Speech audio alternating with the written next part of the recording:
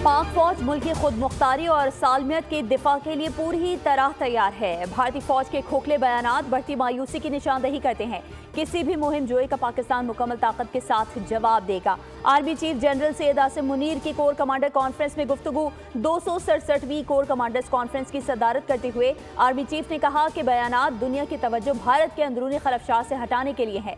Core commanders conference में मकबूजा कश्मीर में इंसानी हुकूक की मुसलसल खिलाफ वर्जियों की शदीद मजम्मत।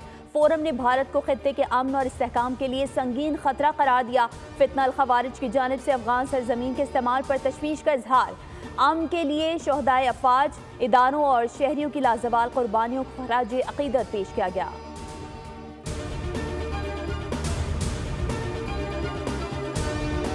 वज़ीर-ए-आज़म शहबाज शरीफ ने यूटिलिटी स्टोर्स के बगैर रमज़ान पैकेज लाने की हिदायत कर दी। काबीना इजलास में गुफ्तगू करते हुए कहा कि गुज़िश्ता साल रमज़ान में बेपनाह शिकायत थी।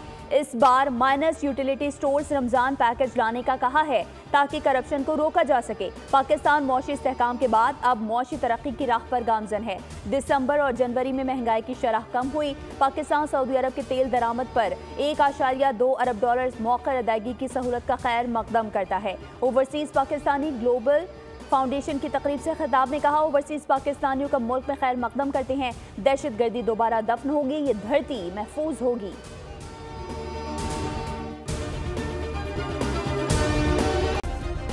सब्सक्राइब करें और बेल दबाएं ताकि कोई खबर रह न जाए।